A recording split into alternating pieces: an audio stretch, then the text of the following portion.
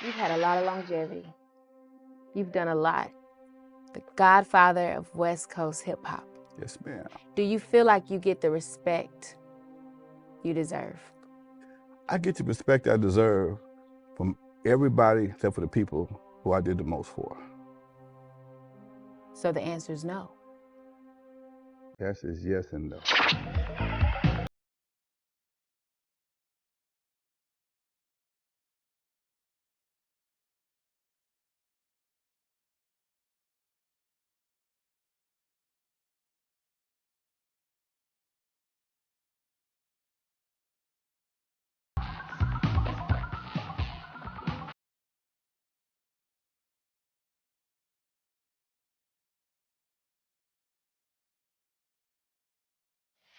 When you were watching the Super Bowl and you saw the Eve After Dark during the halftime, what's the first thing that hit you? What's the first emotion that just hit you?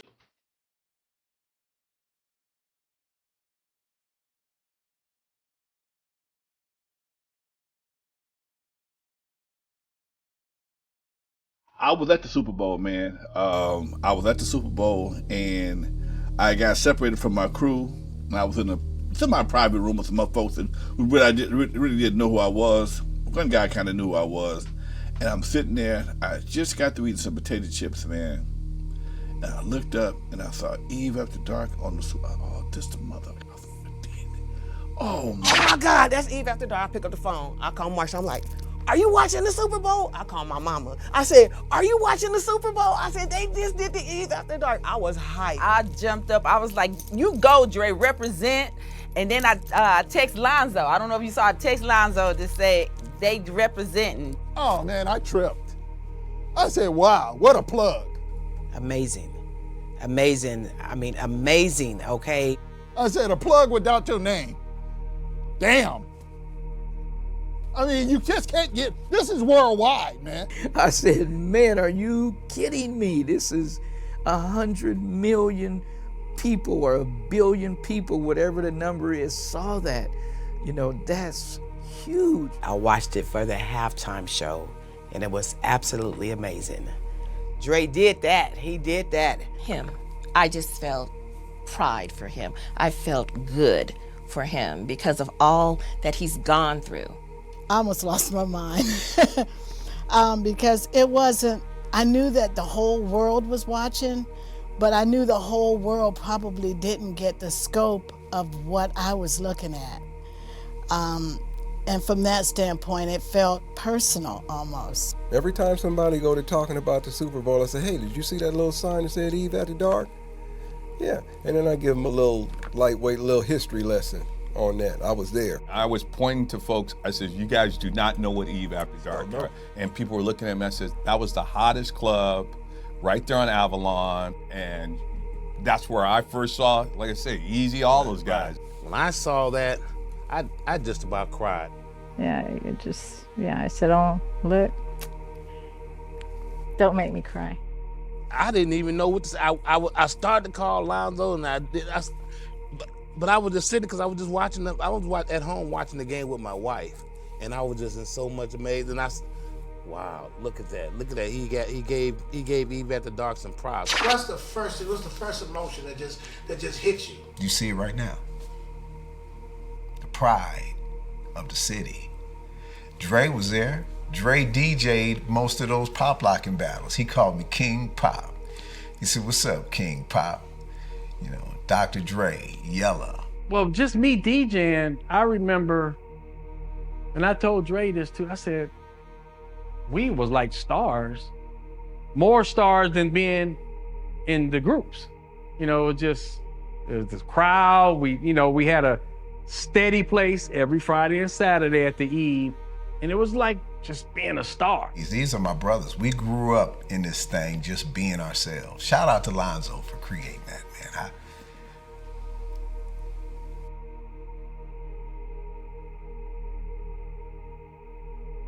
Why did you become a DJ? Why did I become a DJ? Back when I was a youngster, 14, 15 years old, every Friday or Saturday night there was dances at the park. And that's what we did. If you didn't go to the dance on Friday or Saturday, you was a punk on Monday morning. Okay. I used to go to Campanella Park. That was in walking distance to my house. And me and the fellows, we walked to Campanella Park, and they'd have the DJs in the little rec room, whatever. I never forget one night I walked in the rec room and the DJ was playing Pain by the Ohio Players. And back then we all danced. We had these little dances we did, but they all danced to syncopation. Everybody, the whole room was just rocking, just like it's like a Soul Train show, a Soul Train episode, right? And I thought that was the coldest thing in the world. And he was from KGFJ. Okay. And I only time I ever saw a DJ was from a radio station. I thought you had to be from a radio station to be a DJ. I wanted to do that so bad because he was getting instant gratification from the crowd. Throw your hands up. When I was DJing, you had to talk on a microphone. I mean, these DJs nowadays, no microphone there. How do you talk to the crowd? We learned the real way, how to rock the party. It wasn't our techniques, how to do it. It's what you play and what you can say. Stand on your leg, bark like dog, woo woo. Everybody, it was all kind of, and the room was just sweaty. It was so much energy there, and I wanted to do that. You wanted that control. I wanted that kind of control. Back then, DJing, to load up your equipment was like moving a one-bedroom apartment 4 times in one night. A lot of equipment. And we out in Whittier, and my cousin's with me. He just got out of the Navy, and I'm looking at him, and these Latino dudes and gave him some sherm, okay? He shermed out. And all of a sudden, a fight break out. Fight break out. 2 Latino gangs fighting like a son of a gun. Me and my cousin, the only black dudes in Whittier. The fight break out. One of the dudes who gave the party like, hold on, Holmes. Let the DJ go, man. Let the DJ go. He ain't in this shit. And like Moses in the Red Sea, they parted the sea. Both sides grabbed speakers, they grabbed turntables, they grabbed my cousin, threw them all in the truck, gave me my money, and let us go. They went back to fight and found up the driveway. And right before I graduated, they had this pamphlet come around from the Regional Occupational Program. And it checked off careers, and I checked off radio. And my girlfriend had my baby 2 days before my graduation. I turned 18 on the 16th of June. I messed around, got them last 5 credits and graduated. And then they accepted me in the broadcast school, like all right behind it, all just like the same 10-day period. I got the letter, hey, you were going to broadcast school. Back in those days, it was safe to congregate outside in groups of 3 or 4 or 8 or 10 in that case, without fear of being harassed by the police or getting shot in a drive-by or anything. So everybody always started talking about, what was going on. And our neighborhood was real close, and we played sports. And we had to walk past his house every day to go up to the school to play sports. And you'd look over there and, he'd have women, everything, cool car, nice clothes, he had everything that somebody growing up might have looked at and been like, I want to be like that when I get that age, And I got out of broadcast school, and I adapted the name Disco Alonzo. Disco Alonzo. Disco Alonzo. I got a 3rd-class broadcast license. Never used it, never showed it to nobody, but it came in handy when I started booking my parties, because I'm a radio DJ. I'm a qualified radio DJ. You need to DJ for your wedding reception? Sure. Okay. Oh, you got it. Okay, so that was my sales pitch. Yeah. And it worked for me. And that's how I stayed busy as a DJ. What happened when disco died? I changed my name. Okay. I became LA Lines. Oh, is that what it was? I became LA Lines. You got to diversify. You got to be prepared to shift on the dime. What did you think, or how did you feel when you saw the Eve After Dark being recognized? Flashback to 1979.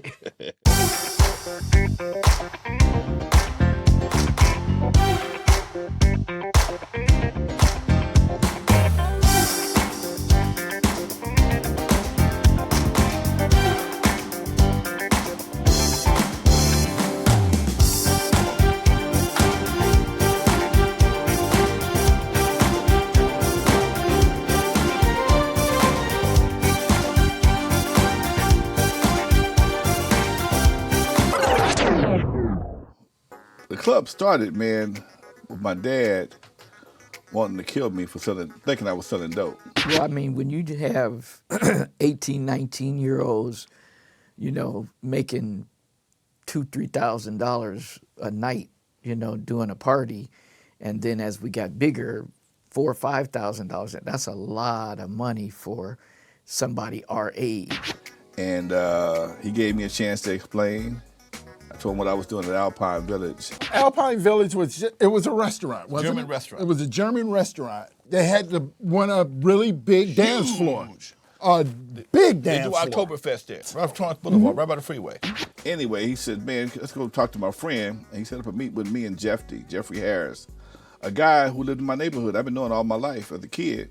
And him and my daddy was friends. And he had just built the second floor to his nightclub, a banquet hall. And my daddy set up a meeting with him. And we went and met with this dude, man. And I was thinking I'm going just to rent the club Friday or Saturday like I was doing at Alpine Village. And they talked me into going every weekend, 2 days a week. And I'm like, huh? I'd never done nothing like that before. Nobody had ever done that kind of consistency. So I get to the club and they do the numbers. Now I really don't have all the money. I just got laid off my last job. I had a few dollars, but I needed some help. So I went to my boy Roger, Uncle Jam's Army. He laughed at me. Oh man, too many Sherm heads. Roger Clayton was the brainchild for Uncle Jam's Army. And then he had Gid Martin and the Martin brothers. Gid had two other brothers. And they got together to do dances together. But that was it. Roger Clayton, God rest his soul, man. And he was, as Alonzo said, absolutely control freak. As long as you knew your position and when working with him, you got, it was all okay. He's in there DJing. Because, I mean, we're talking crowded, like a concert crowded. Next thing you notice, it's a fight. This dude actually took out a jackhammer. Jack handle. And cracked this dude upside the head. Blood everywhere. I was all, Lord, we're all going to jail. Because I think that man was going to die. Right. Now here's the crazy part. My partner who was doing the dance with me, Roger from Uncle Jam's Army, he wore a tight suit with a little cape on the back of it. He was the Ace of Dreams. I was Disco Alonzo. He was Ace of Dreams. Okay? We at Alpine Village. Dude that came outside, he done went berserk. He done hit not only one guy, he whooping this thing like it's just a death sword, okay? We get him outside, and Roger is in a karate stance. Roger's cape is blowing in the wind like Superman, and the homeboy standing there with this bloody ass jackhammer with blood running out his hand. I'm like, Roger finna die tonight, okay? Roger finna die. And Roger had such a vicious look on his face. Homeboy backed down and left. Didn't hit him with the handle. I went to my backer at Eve After Dark. I mean, at the Alpine Village, Jeannie Billetary. I call her my fairy godmother. And he was having dances at Alpine, but the thing is that I think he wanted to kind of get away from that. He had aspirations. He had a dream of something else better. She said, you think we can do it? I said, yeah, we can do it. Her, Unknown DJ, the brothers I had met at a record pool, Sweet Ron and Billy T, and my girl Valerie, and we were the people that made it happen. I hired a couple of security guards from Clark's Drugs across the street, Mr. Will, and that was our team. And June 22nd, a week after my 22nd birthday, we opened Eve After Dark.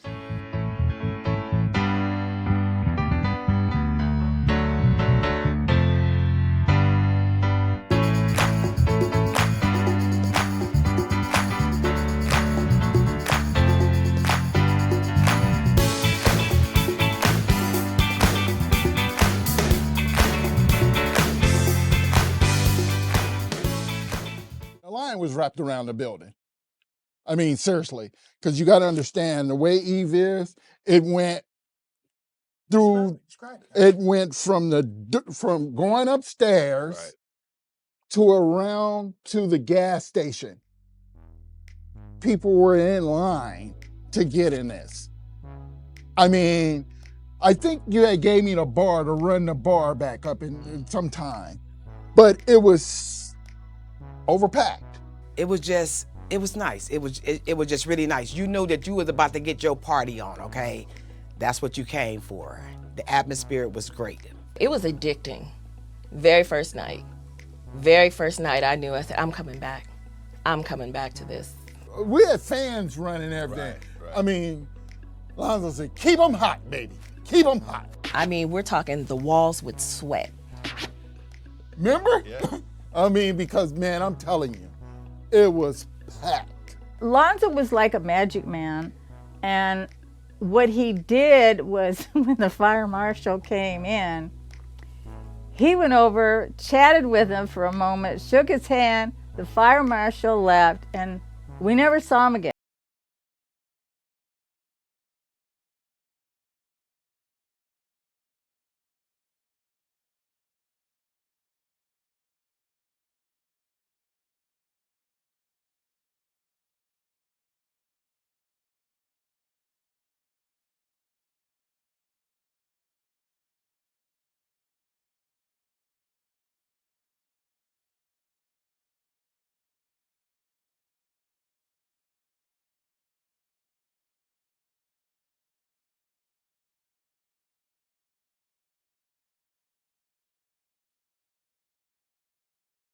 And we were a good team. She would go out and promote with me the whole 9 yards. Okay, that was rare.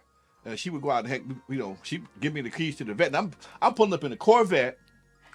I got a pretty woman on my side, and I'm pulling up in dances, passing out flyers. So it just had a real pimpish appeal. Okay. DJ Unknown used to work with my dad, and he came over, brought some flyers for me to pass out, and almost every week he would bring me flyers to pass out to my friends, school parties I would go to. And then he gave me this raggedy now, but this lifelong membership card I've been having since I was a teenager. I used to get in free. Well, I think the hand-to-hand combat is always best. If you can put a flyer in a lady's hand and look her in the eye and say, hey, I need you at my show, you know. A sign is just reinforcing what you passed out. Everybody knew there was a party going on to sell the posters, but the flyers made it more personal. We would go to Alpine Village and we pass, or sometime or to the mall or wherever, and we would have our Eve After Dark flyers. And then, we had our, I guess you want to say, I don't know, you want to call them competition. We call them competition. Should I say the name? Should I say, Uncle Jam's Army? They would try to floss on us, but we'd be out there with those flyers. I knew about Alonzo long before I heard about him, because we'd have our business meetings about where we're going to do events and stuff. And of course, Alonzo's name would always come up, and he was like the nemesis. I mean, he's like, man, we got Alonzo's doing this, so we got to do that. Alonzo's doing this, we got to do that. And so it was always just that competition that drove Uncle Jam's Army to try and bigger the next event and stuff like that. We were the early street team. Like I said, we light up the poles and, for our advertisement, and you go out and put up 100 posters, and the next day you come back and all yours is torn down. And it was from some of the competitors who, just thought that was their territory, and, you shouldn't be putting up your posters there. So we had kind of little poster treaties sometimes with certain promoters. Like we never messed with LSD's posters, Z-Cars. I mean, these were all veterans like us. They didn't do dances every week. And we pretty much had a thing. If you go over us or under us, as long as you don't tear us down and don't cover the date up. Exactly. Okay? But the new guys, they give a damn. They're going to come in, they're just going to be raw dogging everybody's posters, and they danced at Southwest College, and we had to go visit them. Here's the part that messed up. It was me, Vince, Wendell, Yella, and Big Chuck. Yeah. The lady saw us come looking for these guys, and she said, look, don't start no stuff. Don't start no stuff, and I'll give y'all a date at Southwest College to do an event up here. I'm a businessman. Okay, free rent. Just chill out for a minute. And the guy pissed Vince off. That's what he told. He smiled. I told him, smile again, and then when he smiled again, I just went over and hauled off in him. I didn't get my date. It was on. It was on. So. That was the worst smile he gave. That was the worst smile he gave. He stopped smiling after that, though. He ain't smiling no more, so. I didn't kill him, though. The new slingers come in, they tried not to respect nobody, and we had to spank him every once in a while. You know, us, we are, man, y'all covered me up over on so-and-so. No problem, I'm sorry, dude. You know, it was never an issue. In fact, me and Larry used to play a little corporate espionage from time to time. Larry was one of the guys from LSD Promotions. I would take him out to lunch, and he would tell me how many posters they got, how many flyers they got, and everything, and I'd go double them. Yeah.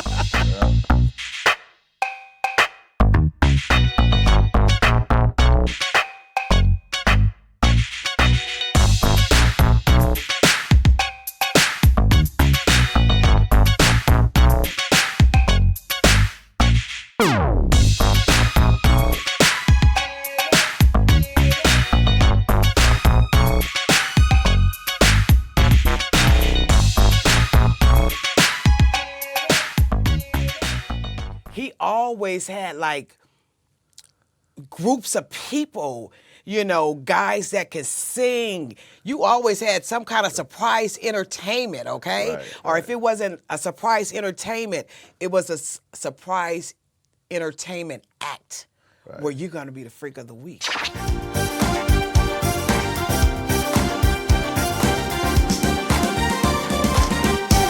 When Eve After Dark first opened in 1979, one of the hottest records at the time was Knee Deep. And they talk about Freak of the Week. And back then, we would always take the hottest record and theme that weekend after the hottest record. And then we'd have contests sometimes to enhance the evening. And Freak of the Week contest was one of the first contests we had, and she was our first winner. I was the first winner. Freak of the Week is basically when the freakiest woman or couple. Couple, could be. Could be, but most of them was women. Right. I mean, we're talking a sight to see. Because no one was doing light shows like us. I mean, you would think you were at a damn concert. Yeah. Seriously. Because we put on shows. So he got to the point where it was so many dancers showing up that he said, I'm gonna do a Freak of the Week contest, the best dancer, the one that can do the most outrageous, because it was Freak of the Week, meaning it was just open for, at that time we were freaking, and it was just an open variety of dances that you can do. And I took first place in that, and I got a lifetime membership for the Eve After Dark, where I ain't never had to pay to get in there again, and that was my VIP status. Now, how I won the Freak of the Week contest is the items that I had on. Back in those days, there was the body shirt and the wraparound skirt and the little tights. So my friends, they was coercing me, and I was like, okay. And I kept saying no, and I was like, you said you could do it because you dressed. So they threw on the song, and I got up there and did what I needed to do, and that was it for me. This is somebody's grandmama now, though. See? Won the Freak of the Week contest. This is somebody's grandmama won the Freak of the Week contest back in 1979.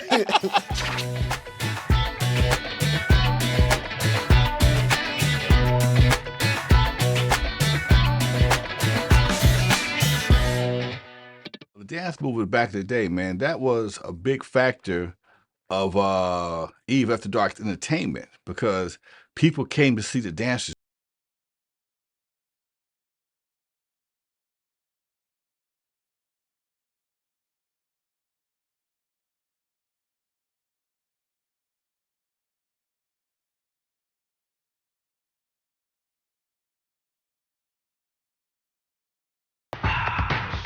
Of course I battled, and I always won too, and I dare anyone to say I didn't. Yeah, there was tons of battles in there, man. All the greatest dancers were coming from Anthony King to Bop and Andre to Charles, Captain Crunch and the Funky Bunch. There was a lot. They would come to the Eve and challenge each other. Plus, I would sponsor contests. Talking about sponsorship, Alonzo would sponsor a contest to see who was the baddest dancer that week. And it was just a competition. It was just phenomenal back then, man, because popping was kind of new. And these folks would come in with their best shot every week. And it was just something that people look forward to, especially the finals. One thing about Eve After Dark, it was stationary. You know, shout out to Uncle Jam's Army and a lot of the other promotional things that people went to. Yeah, we had to go to places. We had to go to Bateman Hall. We had to go wherever they were moving. But Eve After Dark was going to be on the corner of El Segundo and Avalon every single time. You dig? So through the week, it was set up that, hey, it can go down Friday. And the good thing about Alonzo, he would know about it and he would have it on the radio. So if it was a competition or, something like that, it was on the air. I was always a good dancer. I was dancing since I was 2 years old. And what was a little bit unique about me is I was a pop locker, so I picked up on the style of pop locking pretty good. What's the difference between locking and pop locking? Well, there's vast differences. Well, shout out to Shabadoo and Fred Berry, Don Campbell, all the original lockers. That dance precedes pop locking, especially in the Southland, Southern California. That dance is faster movement. It's more animated. We had already been influenced by that dance. So by the time popping came in, we were coming from from locking into popping. So we went from these moves to reeling all of that stuff in to make it a tighter, neater, more aggressive hit. So it's some vast differences between the two dances. What we were doing, it was called locking, and we were really tight. I mean, if you ever saw some of the performances, but I made up this move. It's called the dabadoo. It's almost like a Scooby-Doo that you sweep, but you wrap around. So it's almost let me see, 190. It's almost like a 190 sweep instead of a straight flat plane. So I had it on my cummerbund so that's the move that I made up. I do the tick move where you take your hip from right, back, right, left, front. So it's like, Signature move? that was my signature move. I could rotate my hips around real good. Was it unique to see a women pop? Heck yeah, it was unique. I mean, it was dope to see somebody come in and do it, but it was really odd because pop locking was always considered more of a man's thing, and to see a woman come in and do it masterfully was a whole nother thing. But I got with some guys that were pop lockers at the Eve After Dark, and I believe they go by Captain Crunch and the Funky Bunch. And how it happened is Terry dated one of the guys, and my friend Pat dated one of the guys, and I dated one of the guys, and her cousin dated the other guy. So it's 4 of them, and then it was us 4 girls, so we dated each other. So she's correct. Pauline was 100% correct. And she said she had 4 friends, and me and my 4 friends to hang out. So I'm not commenting no further than that. One thing that Alonzo did, he had, the way the Eve was set up, there's a stage. If you couldn't dance, you couldn't get on that stage. I got that from Don Cornelius. You got to get off the stage. The top dancers was allowed on that stage, and I was on that stage every week. Every week I was on that stage, bro, because I had to put it down. But I just know that it was a lot of girls, man. If you could move and dance real good, the women came flying, man. Right, so this night, me and my friend Monica Hood, we get to the Eve After Dark, and I'm ready to party, I'm finger popping, and she was like, this dude passed by. She said, that dude got on a wig.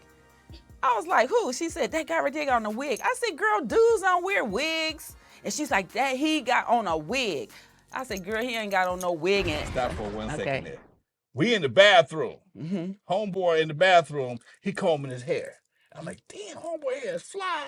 About 4 or 5 brothers said, man, what you got, man? Oh, it's a Jerry curl, man. My auntie just did it for me. She hooked me up. So I'm like, okay, man, how much it cost? He said, $200. Give me an appointment. Now go back to you. So anyway, we partying, and then Lonzo had a talent show. There was a young man that came into the contest, real popular dude from Soul Train, man.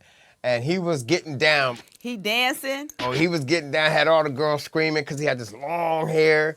He get on the ground. And he did the kick worm on the floor. You fall on the floor on your back and you do the kick worm like this. I mean, the inchworm. He started worming on the ground. His hair stayed while he was still going down south. And his freaking hair came off on the floor, bro. And everybody just was cracking up. We died laughing. Whole club just died. Homeboy grabbed the wig like his titties fell out. So Alonzo gets up there and grabs this dude's hair and goes, hey, man, somebody left their wig on the stage. And he just was so embarrassed, man. He went and hid in the bathroom.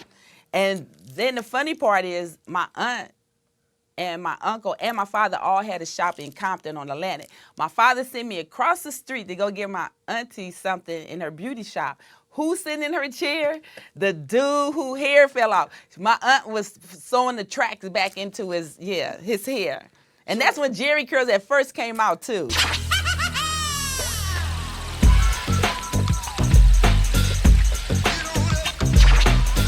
Tell us about the music in the club. What was the music? The music in the club was diverse. There was a lot of different songs coming out.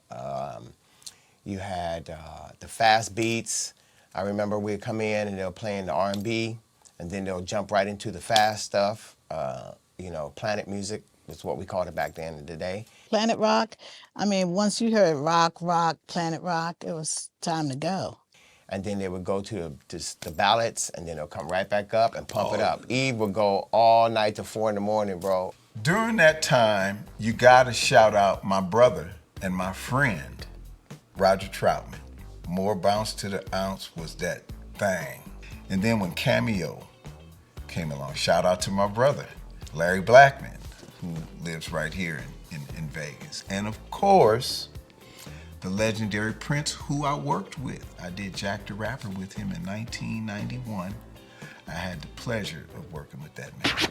Yeah, LSD Promotions, we used to promote flippers on Sunday nights. And I mean, it was packed. I mean, so much so that we had Prince there when he was first breaking out. Nobody knew who he was. And it was just an incredible show, Bill. But yeah, we had flippers. I went to that show. You were at that show. Me, the Unknown, and our girls was at that show. And I got mad at Prince. That's when he had that guitar. He emit some kind of fluid, and it gets on me. I'm highly upset. That's a true story. It was on a Tuesday. Cost $7.50 to see Prince at the skating rink. Exactly. I was there. Packed, and nobody knew who Prince was, and who would have known? 3-4 years later, he blows up and the hottest artist still to this day. Yeah. We had an era of the sound of the hand clap. Shout out to George Clinton. That is what infused that hit that changed the movements. But when you're talking about popping, you have to infuse it. That's where we made our statements to those hits and those hand claps and showed our aggression. A great pop locker could hit with control. And what that suggests is that we could be angry, yet control our tempers.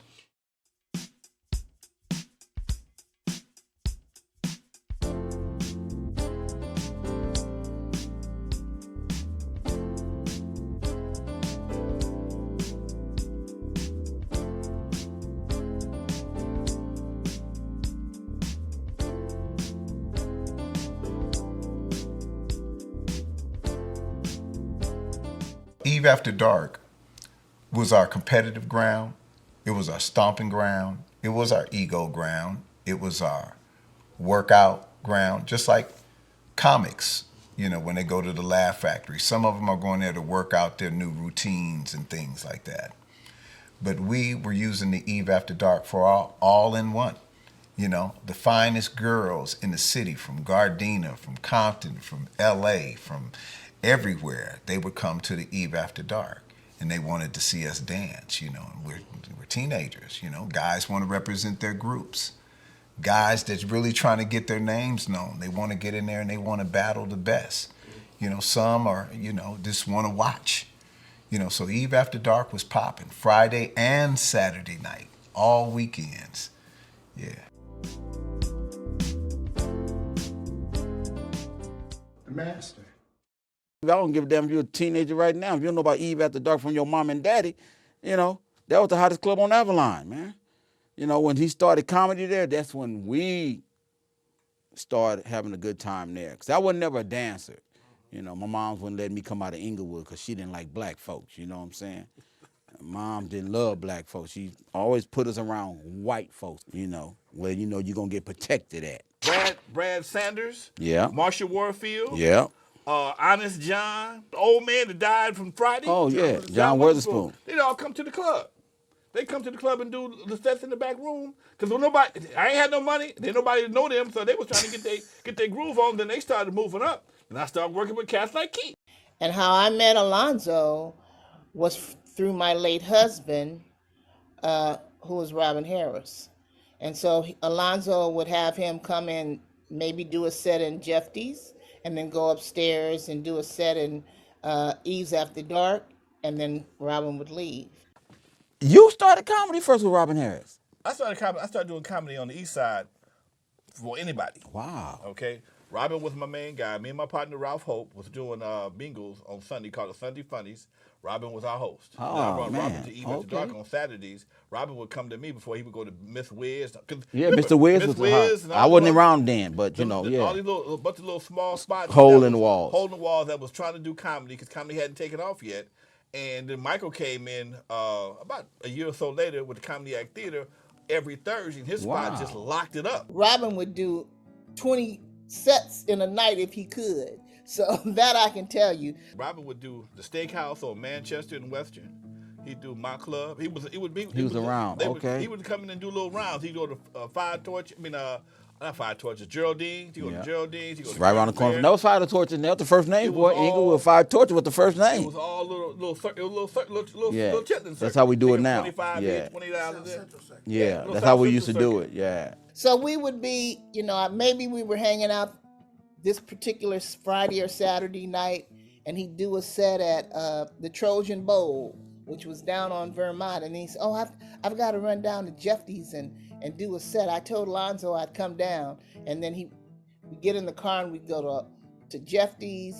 And then he said, I'll be right back. I got to go get paid. And then he would take him forever to come back, return. And he was upstairs doing a set upstairs as well. So it was always something for him to just be a part and do Alonzo a favor. And he started, Alonzo, I need some money. I need to get some gas money. Give me $20. And that's how we work. Yeah, that's how we worked. Because $20 back then was a lot of money. Gas money. That was a lot of money, man. I think they were both doing each other a favor.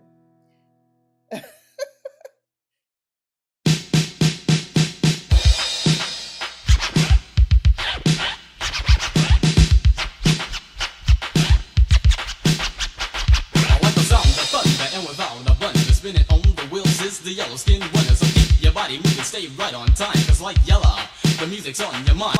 So how did World Class Wreckin' Crew get started? How did we get started? Well, you got to understand, there was two crews in Los Angeles fighting for superiority. Mm-hmm. It was the Wreckin' Crew and Uncle Jam's Army. Mm-hmm. Uncle Jam's Army and the Wreckin' Crew was headed by two people, myself and Roger Clayton. He ran Uncle Jam's Army. Mm-hmm. In doing this, we had this nitro and glycerin type attitude. This is what blew up the West Coast. I was nitro, he was glycerin, and because we got together, we blew shit up. We always was trying to outdo each other. One up each other. So I think the excitement, and also it was so much like a concert.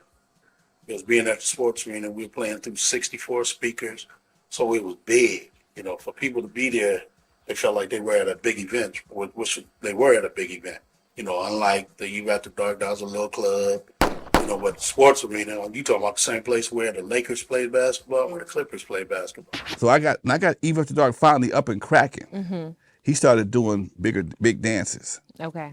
And while I was I'm like, okay, I gotta do what I'm gonna do. Oh, I'm gonna bring in Kurtis Blow. I had a show at his club, Eve After Dark, and I'll never forget it because he didn't have a dressing room.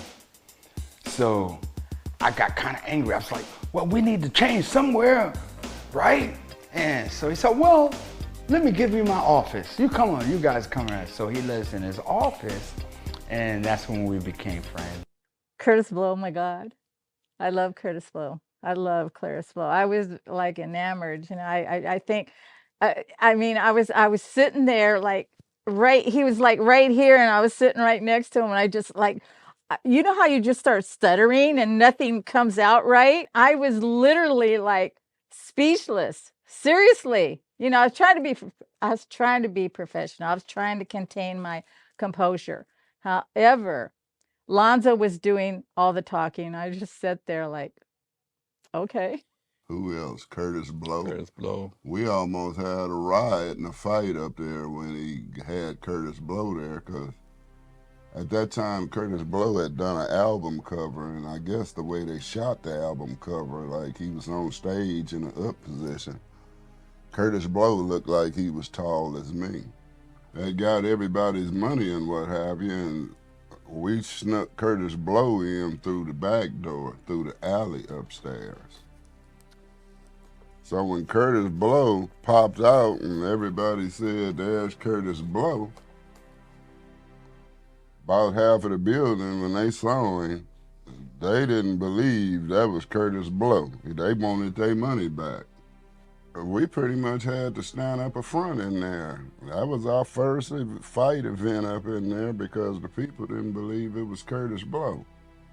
So we scrambled past that, and then Kurtis Blow hit the stage. At that time, the stage was in the middle of the club, and Kurtis Blow went to rapping. That's the only thing. When he got to rapping and doing his show, everything went quiet. It cracked from there.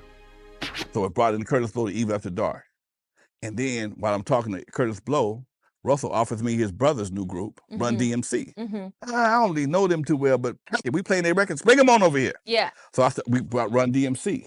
I remember the Run DMC show. When he finished, Alonzo had a new mic, and he threw the mic down to the ground, and the look on Alonzo's face. I ain't had but 2 mics, and they broke one of them.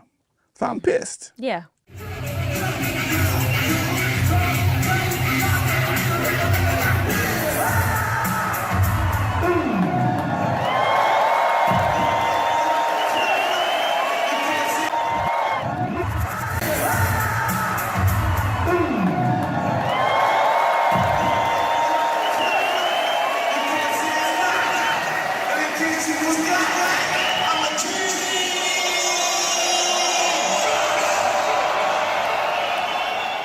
Run DMC, I'd have bought them a plane ticket, a hotel, paid them, and they wouldn't work for Roger the next night. I'm like, what the fuck is this? Because you were like, oh, he's gonna wait till he sees this. But they didn't let him stab me in my ass, okay? We were the pulse. You heard the new records at our dances. So if your song was broke at our dance, it was a hit. If we played it, it was a hit. That's how we rolled. It was always that internal competition, even today. Yeah. Brother been dead for 10 years, and we still compete. Or he been dead, he died in 2010. Okay. He died 10-10-10, and it's still conversations and debates about who did what. Russell Simmons. Russell came out here with Run DMC. We brought Run them out here first. We brought Houdini out here first. Dr. Jekyll, Mr. Hyde, Bismarcky, EPMD, Jazzy Jeff, Fresh Prince, Uncle John's Army. Brought all those acts out here first. But I just refused at that time to book any more East Coast acts. I said, I'm gonna make my own damn group. And just one thing I do remember, when he first came to me and said, I'm gonna start a record company. He said, he probably don't even remember this. He says, I went and bought a book and I'm gonna start a record company. It's like, man, get out of here with that crap. Young black kids don't start record companies, you know. And sure enough. We made Slice. Okay. When we made Slice, they made Yes, Yes, Yes and some other stuff. And it hit for them. And then they made Egypt. And that shit was banging. That was the banger. By this time, I got Dre on my team. Yeah. And then we brought Dre along. Came and he lost the bet to Alonzo downstairs messing with Eazy, which is Eric. Dre came back in the Eve After Dark attire. Okay. But Eric, who later became Eazy, didn't. Man, I ain't get dressed to become the Eve After Dark. Hey, man, that's the rules here. Yeah. Oh, you Jerry Curl. Wait, you got a Jerry Curl too? No. How you talking about me and you got one? Anyway, I let Dre up just to piss Eazy off. And Dre is upstairs like mixing the dog and Egyptian lover, just making people just go crazy on the day. The man was a genius. People don't know Andre's really king. I don't know how Dre ended up on my turntables. Yeah. He had people dancing to this real weird mix. One record was at 100 and some odd BPMs. The other one was like 64. So people don't know whether to dance fast or slow dance, but the mix sound good. So Yeah. they dancing confused. Yeah. They trying to figure out where do I find my groove at? And it was so unique. I immediately started talking to him. So the portrayal of your character on Straight Outta Compton was on point. Now see, I'm this close to firing your monkey ass. What, you trying to start a riot up in here? I told you, didn't I tell you I don't want that hardcore show played in my club? As soon as I turn my back, you do that shit anyway. I'm just trying to help your business out, Alonzo. You saw they went crazy for this shit. Don't worry about my business, all right? You just remember the only reason you up on that stage is because I put you up on that motherfucking stage. Not at all. Not at all? I'm a sweetheart. So good, so Alonzo Williams. Grandmaster Alonzo. Can I help you with something? Oh, you sure don't talk like you sing. Yeah, most people don't. I came in for some socks. What I really need is a singer.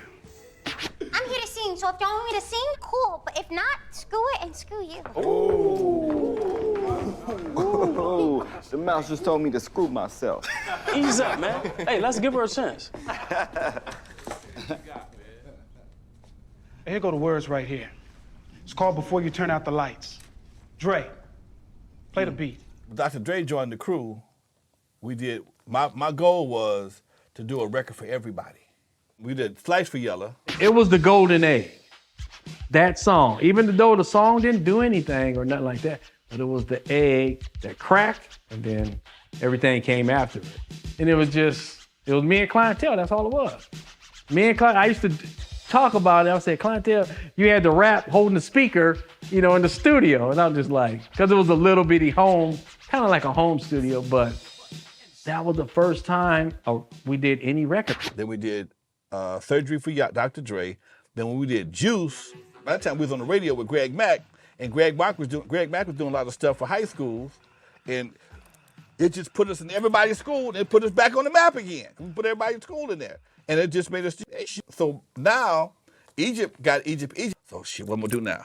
I'll make the first album. Okay, so that's what we did. We went to the studio and made World Class the album, World Class Wrecking Crew, and we also did the first West Coast ballad, which was Lovers. That was what it all about back then. It wasn't about the money. It was about the girl, the women. That's who we like to appeal to. That's why we dress in the sequins and the shiny suits, and all this stuff, because we want to appeal to the women, not the guys. Then when we worked on the first album, it was Lovers that kind of got on the radio. And then by the time we got to the second slow song, Turn Off the Lights, it was a rap then, because we were known for the slow song. Juice and Surgery were great club records, but Lovers was a great radio record. So we got on the road, and while we had just hit the road, and as soon as we got on the road, we got a call from Epic. They wanted to give us a record deal. But I remember, we did work together because we hired the World Class Wrecking Crew to perform, but on the flyer, on the flyer, we was Dr. Dre and World Class Wrecking Crew. That's what you would do. I would be pissed to the highest level, pissed to everything. We pull up, ain't nobody ever put Dr. Dre in the World Class Wrecking Crew. And the crazy thing about it, if you think about it, here we are, got a billionaire now. It costs $100 for Dr. Dre. Yeah. $100 to hire Dr. Dre to perform at the Sherman Square Rotary. Okay. Did you like being his understudy? Did you like being dope? He wasn't David Ruffin, and I ain't a Temptation.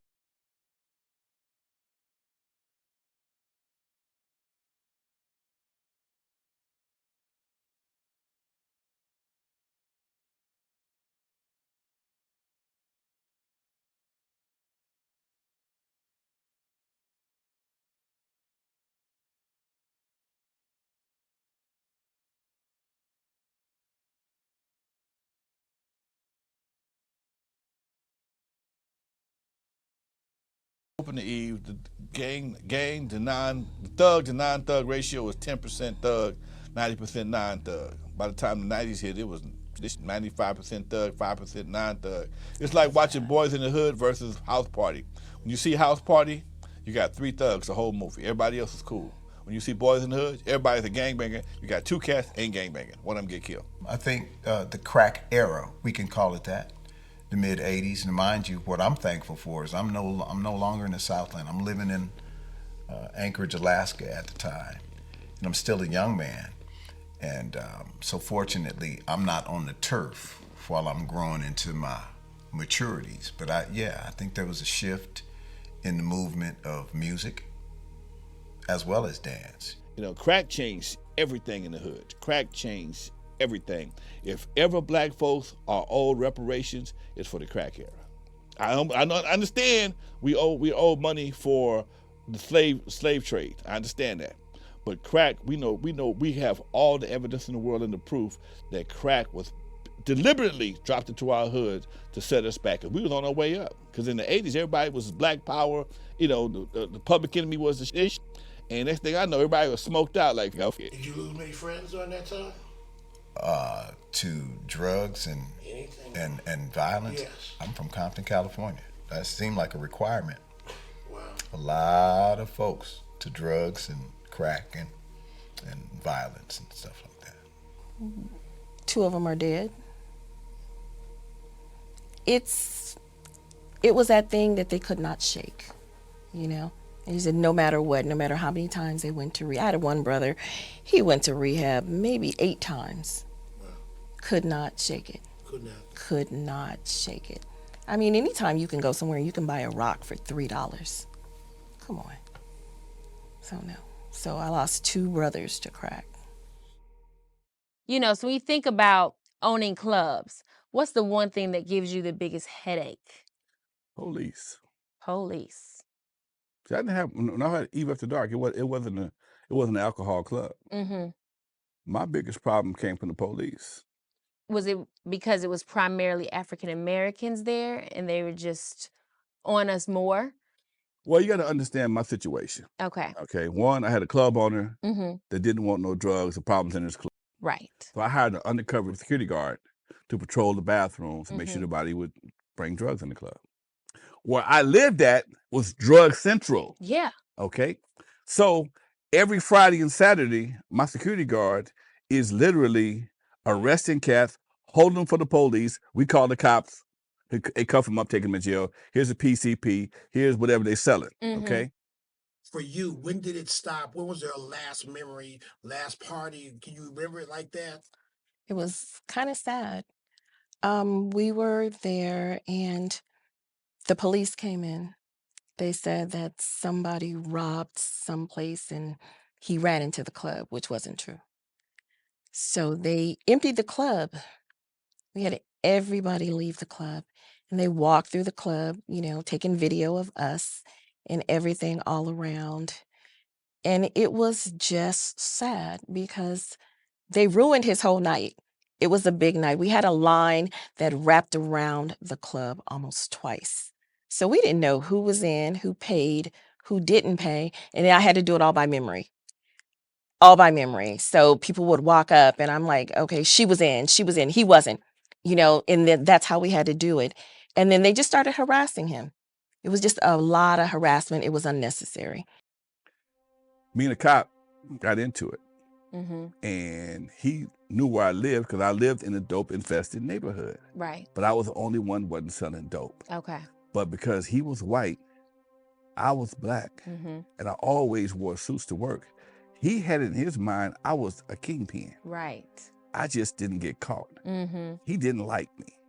He Everybody told him he don't sell no dope. Well, why would they say he was if he was selling dope? Mm-hmm. He didn't Right. believe us. Right. Okay. All the homies that sold dope stood up for me. That's my boy. He don't do that. Okay. They loved me because I had the club. Well, one night, we called the police, typical thing, and this cop smoked this big ass cigar. Come here. Well, yeah, officer, can I help you? I'm not an officer, I'm a deputy. Okay, deputy, can I help you?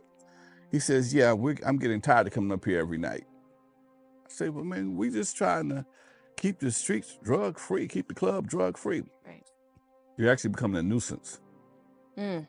How am I a nuisance? I'm just doing my civic duty. I said, do I need to make a donation to the policeman's fund or something? He says, that. She can give me some of that puppy over there. Oh. Hey, man. Hey, hold on, dude. I ain't no pimp. You look like one. With your suit. Right. You look like one. Nah, that ain't what I do, man. Plus, he's pointing at one of my girls, okay? This ain't working for nothing. Yeah, This is not going to be good. No, man, I'm cool. I'm cool. From that point on, that son of a bitch was on my ass. He knew where I lived at. I had to sneak home at night. When I pulled my car in my driveway to open my gate, he gave me a ticket for blocking the sidewalk. He gave me so many tickets in a short period of time, I almost lost I was 1 point from losing my driver's license. It wasn't until I finally talked to the club owner and told him what was happening that we filed a complaint. Now, understand this. The Eve After Dark was open from 10 o'clock at night till 6 o'clock in the morning sometime. We opened at 10 and closed at 6 because we had a loophole because we were in the county of Los Angeles. Okay. The ordinance says there's to be no jukebox, no live entertainment after 2 o'clock. Right. They didn't say DJ. Oh. So we playing till 6 o'clock in the morning. Most of the time we closed at 5. We advertised till 6. If the crowd was there, we stayed. If they didn't, we'd go home. Right. Well, he realized that he was coming to see me usually at 3 o'clock in the morning. And he put 2 and 2 together, wouldn't check the ordinance out. He made it his personal business to go to the county supervisors and had them add DJ to the ordinance. He had it out for you. He had it out for me. Because you wouldn't prostitute your sisters. I wouldn't do that to my girl. And believe me, if you would have gave him one, he would have came back for another one. Okay. You know. So now he's giving me so many tickets. He stopped giving me tickets. He started ordering his flunkies to give me tickets. And one cop stood up for me. One cop stood up for me. He says, man, I'm not giving this guy another ticket. He don't do this shit. Right. You don't do it like I tell you. I'll take you to the captain. Let's go. Let's go. I'm tired of this shit. I was still closed at 2 o'clock. Right. But which cost you a lot of money. Cost me a lot of money. And shortly after that, the owner of the club said it was too much heat, and we had to close the club down. Were you around that time when there was a 6 weeks and there was no No, After Dark? I came June of 1980. You was around then. The shutdown prompted me to rent English Square and Compton College. Alonzo, I heard you guys had a problem at Compton College one time. Compton College. Yes. Compton College, when me and the cop got into it, we lost our license for a while. Like I didn't want to lose my crowd. Okay. So I cut a deal with Compton College to do dances on Friday nights in the student lounge. And I'm from Compton, but I'm from the west side of Compton. Okay. Compton College is on the east side of Compton. Okay? Okay. Deep Compton, almost Long Beach. So we get there and we got the posters up and the guys from this side of town don't know us. And what they do know about us, we supposed to be from some Bloods. And I ain't never gangbanged a day in my life, but because we from that side of town, you automatically got guilt by association. Right. Guilt by territory. So they wanted to get in to do those in Compton College for free. I said, no, man, that's how we get paid. I got to pay bills. So they was plotting to come under the table where my girl was and get in free. They're going to rush us. I saw them plotting, so I told my right-hand man, unknown DJ, when he come under the table, watch my back. I'm going to kick him in the head. We had security, but you know they had they had a nation of millions or something, right? They like it was crazy. Like you know how they had the old doors in the gym with the handles on them, right? So the cashier is sitting there and she sees these people trying to climb under the desk, do all of this stuff right here, and one thing led to another. Homeboy, he goes for the dive. When he came up, I kicked him right in his head. Buy out. He stood up, the table went up. His homeboy goes to grab the money box from my girl. My girl was about to die. She wasn't giving it up. They didn't grab the cash box. It's a struggle going on for the cash box. So she's tough. They tossed him with the money box. They tossed him with the money box. I go down, I grab my gun, let the box go. And you know how Alonzo is about money. This is where things went wrong. Alonzo saw his money about to leave, and Unbeknownst to me, I'm a nonviolent guy. I'm damn near Buddhist. Okay, I would never myself even think about harming another individual, right? But I turn around and Alonzo has I don't know, this look like a Desert Eagle 50 mag to me, right? And he done pulled out the gun. I'm like, Alonzo, no, it's only money, right? I put her in the little closet and locked the closet, right? Meanwhile, it's a fight. Okay. We fighting. Everybody's fighting. Pretty soon, we're back to back, right? In the middle of the gym or whatever you want to call it, the lunchroom, whatever the hell it was. We're looking like Danny Glover and Mel Gibson back to back trying to stop the fight, right? Okay. Alonzo has, like I'm saying, a hand cannon, and somebody tossed me a pistol. I don't know where the hell it came from, right? This ain't ended up in my hand. Let's just say the gun, but it was some miraculous. The gun just fell out of the sky, right? I don't know how it got there. I had the security guard named Mr. Green. Mr. Green was an old dude back then, but he was a tough old Marine type of cat, right? And he didn't get from nobody young or old. So Mr. Green is whooping this guy's ass with a billy club. They're having a Star Wars battle. The backdrop to this is a Star Wars battle because the security guard had a PR-24 baton.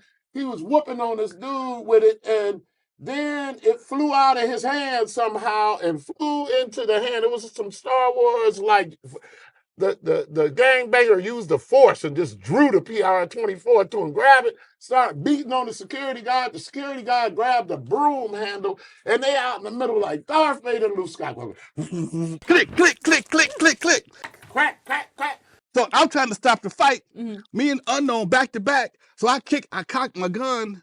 The second they see the guns, right, it's like a cartoon. Like this, they just spread like minions, right? There's a whole bunch of little yellow things with big eyes just running everywhere. Nobody wants to play anymore. And told them, freeze. They still trying to get to my girl.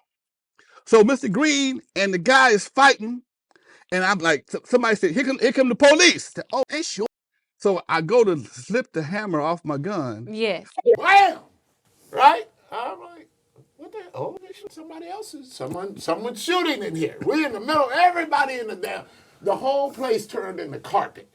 Everybody on the ground. We look out in the middle of the floor. There's a person laying there, right? I turn around, look at Alonzo like, you going to jail, guy. So now I got to go. Okay. So I give my gun to my girl. Okay. She started crying. They escorted her and the gun and the money to the car and left. Now they got us all, who got the gun? Oh no. But that's how we got to Compton College, okay? That's a true story. That's True a story. good story. That's a true story. That's a good story. True story. Turned out the girl had fainted, right?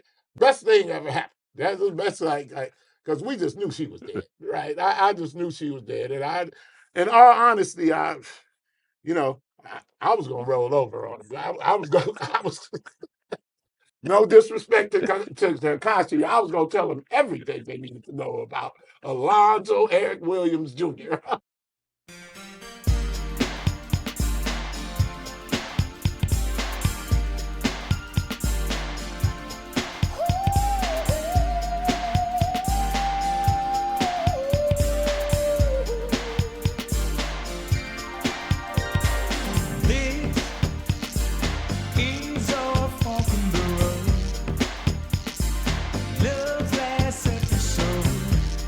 Super Bowl 56.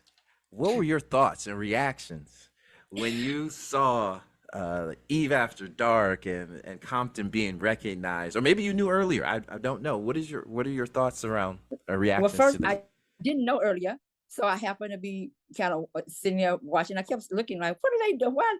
Then I finally dawned on me, they're on top of the court building. They're on the court building, and to me, I'll tell you, it was a great, great feeling. I mean, the feeling that you can never imagine, because as I'm looking at this and I'm looking at everybody around the world watching this, and this is about Compton, and people are beginning to see Compton in a whole different light and seeing Compton and having a different perspective about the city. And so that's why I was elated. I was excited to see that performance. And I always tell people, oh, you guys may have been in Inglewood, but guess what? Compton was the talk of the town. You know, we're at the Super Bowl, sitting in the front row. Behind us was, Tracy Morgan. It's one of those sayings that if you're sitting on the front row in an event, people say how many people were there. I don't know. Wasn't nobody sitting in front of me. You know what I'm saying? So everybody, from Magic Johnson to Cedric the Entertainer to Martha Stewart. I mean, you just turn around and everybody was right there. It was just such an example of what we can do. Let's not talk. Let's take all the other stuff away. Now look at the power and influence culturally that was on that stage. That was a moment of power. That was what James Brown was talking about when he did this and said, "Say it loud." That's what he was talking about. So it's a proud moment for me as a musician, as somebody from the West Coast, but it's also a proud moment for me as a black man. So, people don't want to say that. I don't know why we feel like that's a bad thing to say these days. I think it's conditioning. I'm very proud that I'm black, and I'm very proud when my people do something that's notable. And that was a notable cultural event that we should never marginalize or minimize, period. Because people don't realize how important Eve After Dark was to what we did right there, just outside of Compton, not quite Compton, just outside of Compton. How many careers got started there, whether it was Dr. Dre, D.L. Hughley, Robin Harris. I mean, it was a facility that that I didn't even think I was even worthy of, because when I walked in there with my dad to talk to Mr. Jeffy about doing some parties there, thinking every week, I'm thinking about once or twice a month. But my dad saw something in me that I didn't see. Mr. Jeffy saw something in me that I didn't know I had, and between them two old dudes, they guided me through that. That was the difference between Eve After Dark and Uncle Jam's Army. Eve After Dark was always groomed for longevity, okay? I went to the Eve in 1979. I retired from the Eve in 2019, 40 years. Eve After Dark is like a hood version of what Club 54 was in New York, you know what I'm saying? It's like that level, you have to, folks who don't know ain't supposed to know because they not familiar with the culture. They the new breed of the culture that don't really know the OG breed of the culture, and they disconnection from the real root of what the culture was. And this was the culture that started the root of all the rap industry. You know what I'm saying? It was Eve After Dark, you know what I'm saying? And it was a world-class wrecking crew. And, Alonzo was the man that seen the vision, and, and just to see where everything that came to now, it's like dope, man. It's like, it's revolutionary. These guys are self-made. Nobody reached and grabbed them.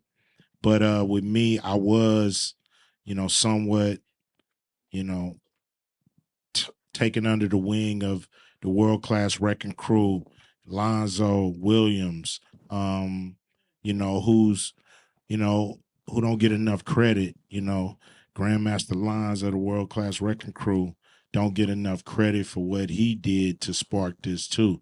He the first one that gave Dre a DJ job. He the first one that did a record with Dr. Dre called Surgery. The legacy of Eve After Dark. Wow, that's a vast question. Dreams do come true. Dreams beyond dreaming. That we can be better than any negative narrative that's put upon us, that we can overcome. That music and dance heals the world. So I hope that in all the schools around the world, whatever the new curriculum is for children, that dance, music, and art is a part of their expression. And I think that the music, the dance, the songs, the independent record making, all of the things that Lonzo and Eve After Dark represent, being strong, being durable, you know. So you hear the rumors, oh, it was ghetto, it was this and that. What it was a place where young kids could go, have fun, and be safe. Because we had security. Dance, had dance contests, whatever, singing contests. He brought in Kurtis Blow, he brought in Run DMC, you know, all for the price of $5. The Eve After Dark wasn't just a place where young people, I'm getting all emotional already, where we could hang out and have a great time. It was a lifesaver. Because, you know, in those days, there was a lot of stuff going around in the city. The epidemics had hit, the drug infestation in certain places. And so the teenagers, we had it really hard. Several of my friends I know, and so the Eve After Dark was that safe haven that we could go and just like, while we were there, just be real normal, just like have fun and not remember or know anything that might have been at home.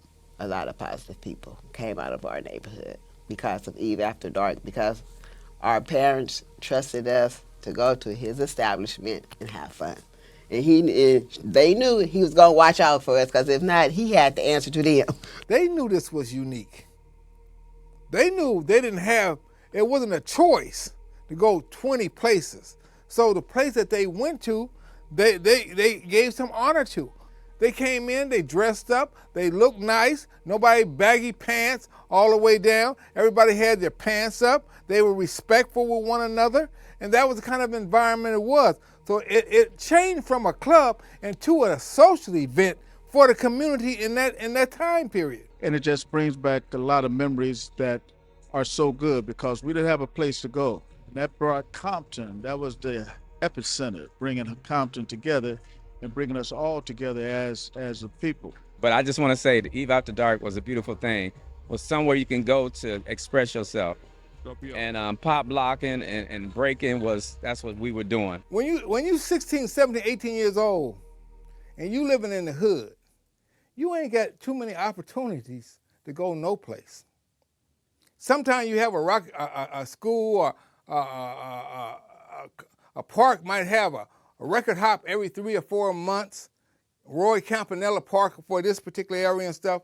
But for Alonzo to have the genius and the mindset to say,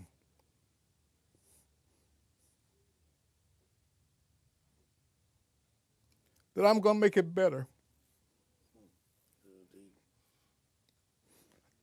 That these kids will have a place to go. They didn't have no place to go. But to know that on Friday and Saturday night, you had a place that you could experience your friends, you could develop new friends. It ain't always about fighting or whatever. People got to meet each other. Some of those people that came to Alonzo's club later on got married and had kids. My friends that I hung out at Eve After Dark with are the same friends I have today. So that and we've been in each other's weddings, and we go on vacations, together. And also, the legacy is what we have. We have our children. Yeah. Because if it wasn't for Eve After Dark, we wouldn't have met. Together, yeah. And although, we were young at the time and we, went out and had our different things, our different relationships, but he doubled back. But then I say, that's what we had our reception, because I got married and my reception was up there at the Eve After Dark. That was in '91. He did. He introduced me to my first husband, and we had a son together, and Alonzo did that. It was a social place. It was a Boy Scout. It was a Girl Scout. It was a teen post. All in one. What did you know about Alonzo's father? Mr. Williams, oh my God. Mr. Williams, he was my heart. He was my heart. He was a good man. He was a good man, and he always talked positivity up on you, I remember when Mr. Williams was really sick, and me and Alonzo was at the hospital with him, And Mr. Williams was talking to Alonzo and just telling Alonzo that you got this, you know, but don't be too over anxious to get it quick. Take your time, you know what I'm saying? And that was basically on your dad's deathbed, Alonzo. And Mr. Williams was everything. Mr. Williams always told me to be a lady, can be a lady, you know. So I have so many fond memories of Mr. Williams, okay?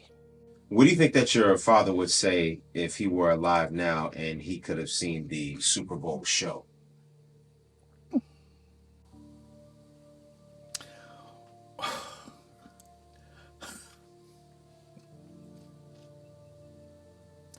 That's another emotional thing for me, man. Because my old man,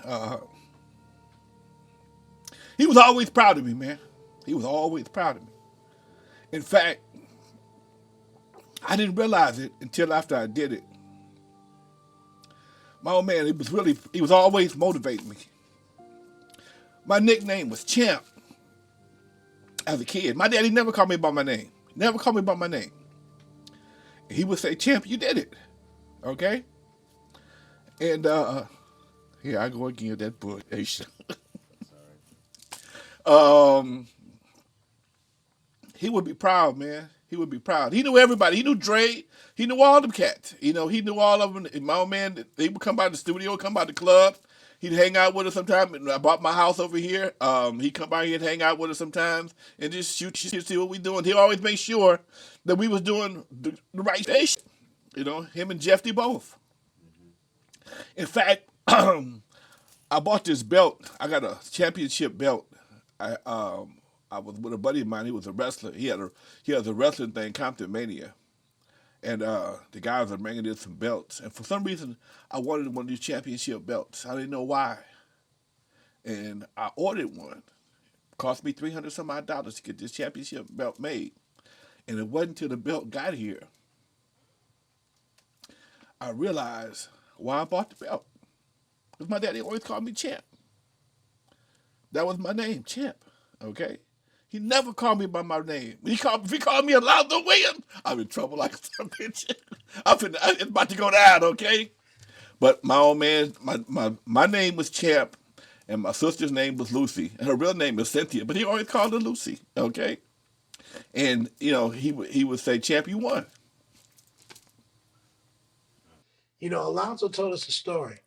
He said when he first met you or saw you, he said he was about to stop promoting Eve After Dark because he thought he could just promote you, King of Pop. You were about to tear him away from his whole world class wrecking crew and the Eve After Dark because he literally wanted to stop what he was doing and just focus on you. Mm-hmm. Hey man, life. We was just living. Just living. And that's why I'm not a fan of seeking fame or seeking it. You just got to live. So to the kids watching, just be in your thing. Whatever y'all's thing is, just do it while you're young. Just do it because time is going to tell. If you're doing whatever you're doing from your heart, time is going to tell. Look at what we're doing.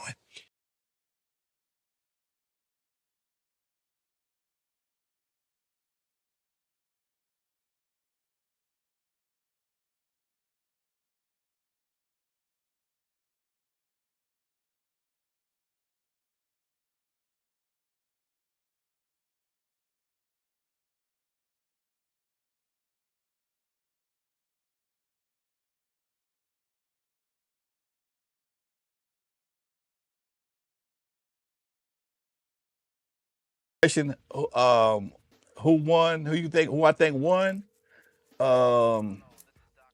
Uncle Jam's Army, they won L.A. But the Wrecking Crew, I got two words: Super Bowl.